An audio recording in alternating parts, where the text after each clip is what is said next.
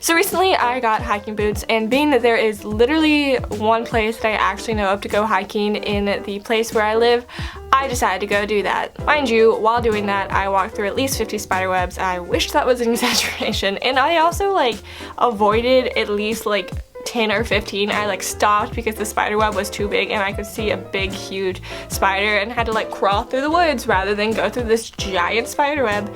It was ridiculous, but nevertheless I brought my camera along and took shots, and that's what you just saw.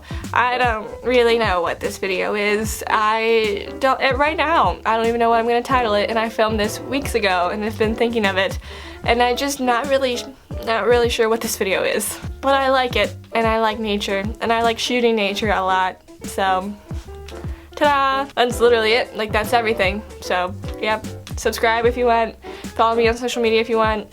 I'll see you guys later. Bye.